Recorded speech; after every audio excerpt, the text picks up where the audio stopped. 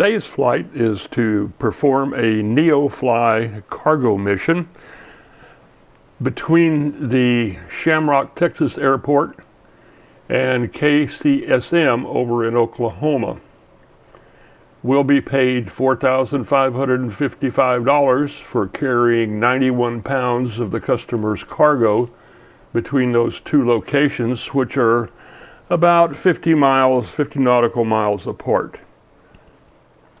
For those not familiar with NeoFly, it is a free Windows application that connects to the Microsoft Flight Simulator and gives you an opportunity for a career in aviation with a lot of different facets, one of which is flying missions, flying goods between markets. You can even become a fixed base operator at an airport. And it has all of the real life aspects. You have expenses, you have to buy your own aircraft. You can hire pilots to fly for you. And it's a very, very interesting program. And it gives you the need to fly to some places you probably would never fly on your own. It's a lot of fun. Each of the airports in NeoFly has a marketplace, and in that marketplace you can buy and sell goods. And here you see at 2F1, which is our originating airport, the top part of the thing with the little gold buttons kind of down the middle of the screen are items that we have for sale at 2F1. And down at the bottom, the little blue logos that are kind of down below the gold ones are items that we would be willing to buy and how much we're willing to pay for them. The green indications up in the middle of the sheet over to the right are items that have been found by NeoFly to be able to be sold. I can buy them here at 2F1 and they will be able to be sold at KCSM. So I'm going to buy some of these items and put them on the airplane, and we're going to sell them once we arrive at our destination. So if you look here in the middle of the screen toward the left, you can see that I have bought quantity 1,275 of flowers, which I paid $15 each for. And I can sell them at my destination, and I've paid $9 each for magazines, and I bought 1,113 of those. Also in that middle panel, it says that the weight of the goods that I've purchased, magazines and flowers, is 351 pounds, and that in my Beechcraft King Air, I have remaining cargo capacity of 4733. It's important that you don't buy more than your aircraft is able to carry when you include your pilot, your passenger weight, this cargo, not to mention the fuel that you're going to need to get from your departure point to your destination. Focusing on fuel, if you look at the top part of the left side of this screen, you'll see in the middle of that list is the Beechcraft King Air 350i. That's the plane we're going to be flying.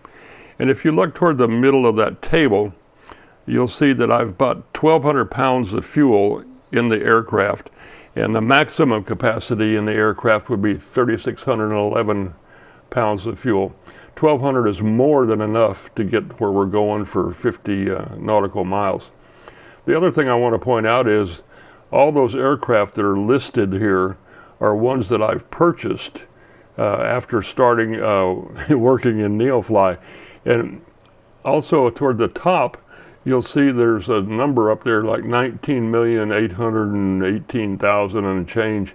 That money was all earned in NeoFly, mostly with aircraft that are in this list being flown by pilots that I hired. I didn't actually fly much of that myself. I've started flying more missions rather than just market things so that I can get back in the aircraft and get some more time in flying. Like I said, this is a really versatile application and it's tons of fun. And here is the map of our flight plan for today. This is put together in a program, another free app for Flight Simulator called Little Nav Map. And the airport circled in green at the lower left part of the map is in fact the Shamrock, Texas airport. That's where it's located. And if you look at the bottom of the Little Nav map, you'll see an elevation profile. This gives you the elevation all along your flight path. Very handy for planning how high you're going to fly. And circled in green on the right side of this map is the Clinton Sherman Industrial Air Park, KCSM, also known as the Oklahoma Air and Spaceport, and it is in fact a spaceport in Ouachita County, Oklahoma, near the town of Burns Flat. The FAA granted a license to this site in June of 2006 to the Oklahoma Space Industry Development Authority to, quote, oversee the takeoff and landing of suborbital, reusable launch vehicles, end quote. It also boasts the first spaceflight corridor, the Infinity 1, which is about 152 miles long and averages about 50 miles wide, and is not in restricted airspace and does not interfere with military operations areas. The facility is an FAA licensed launch site, one of only 12 in the United States. Now that you know this, a 13,500 foot by 300 foot runway with 1,000 foot overruns on each end makes a little more sense. Now, my wife grew up in Plainview, Texas, along with a gal named Patsy. Patsy learned to fly when she was 9 years old. Her dad was the manager of the airport in Plainview, Texas, so she had a lot of opportunities to learn how to fly.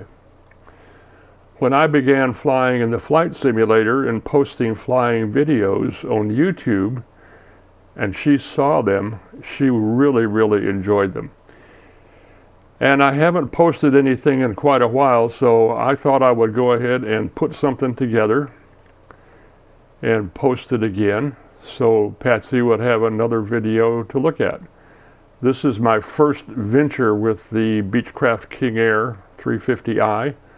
It's kind of a funky plane to fly. It could do better, but it worked okay. So, hey Patsy, enjoy this. What do you say we take off and get this show on the road?